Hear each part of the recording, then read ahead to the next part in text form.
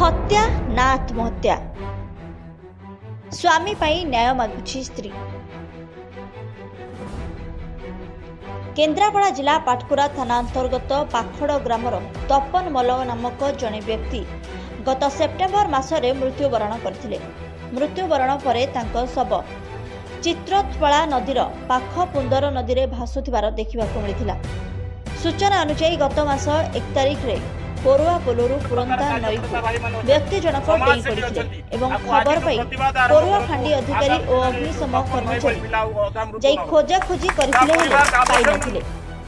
एपटे तपनक स्त्री सबिता मल्ल तांको स्वामी हत्या करा जायतिबा पाटकुरा थाना रे एक लिखित अभियोग करथिले। हेले 1 मासरू अधिक समय बीती जायतिले मध्य एपर्यंत कौनसी पदक्षेप निया जाय नथिबारु मृत तपनक स्त्री सबिता आज गरदपुर ब्लॉक छकठारू शताधिक समर्थकों सह गरदपुर तहसीलदार को क्राइम ब्रांच द्वारा तदंत करा जाऊ बोली दाबी उपस्थापन करथिले। तपन नई को डेइछंती ना तांको हत्या करा जायछि ताहा नै प्रश्न उपजुथिबा बेले बाकी रहिला केबे ही विवाद रो सठिक मोड़ रे पहुंचुछि पाटकुरा पुलिस।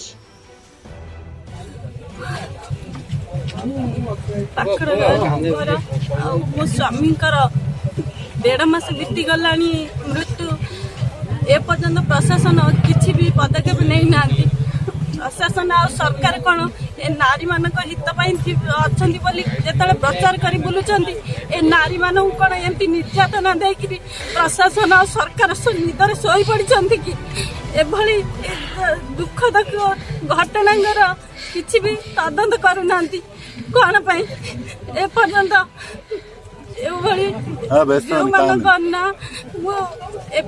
करी पाटकुरा थाना रे एपर्यंत मो घर ए केस तो तदंत कलनी मो द्वार मुझको मत भी समवेदना जनाइबा को आसिले मु प्रशासन को जनसाधारण को मोर सरकार को हाथ जोड़ी अनुरोध करुच्ची दोषी को दंड दि जाए।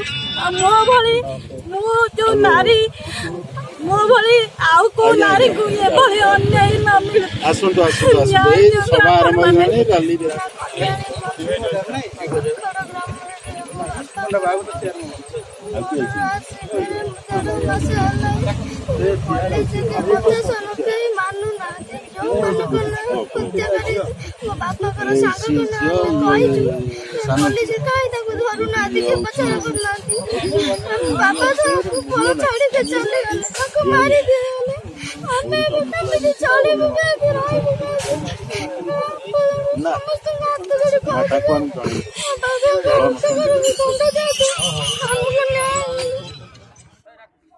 केन्द्रापड़ा पाटकुरारू धीरेन कुमार महापात्रଙ୍କ रिपोर्ट ओडिशा समाचार।